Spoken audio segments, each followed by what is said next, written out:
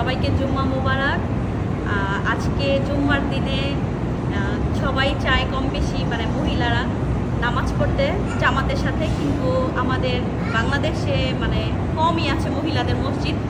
তো আমরা যারা আলীগঞ্জ থাকি তারা কিন্তু খুব সহজেই, আলীগঞ্জ বা আশেপাশে থাকি, তারা খুব সহজে এই মসজিদে আসতে পারি। এটার মধ্যে মহিলাদের ব্যবস্থা রয়েছে।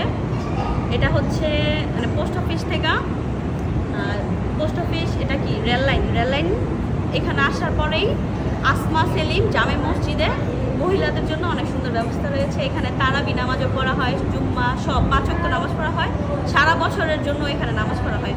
আমরা যারা সৌদি গেছি, মক্কা মদিনাতে গেছি, তারা জানি যে জামাতের সাথে ওইখানে নামাজ পড়া হয়, মহিলা পুরুষ সকলেই নামাজ পড়ে হারাম শরীফে মসজিদে নববীতে।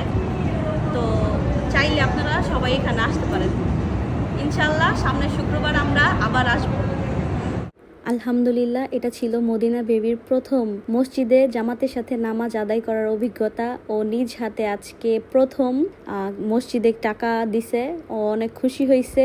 আলহামদুলিল্লাহ, আলহামদুলিল্লাহ, আলহামদুলিল্লাহ।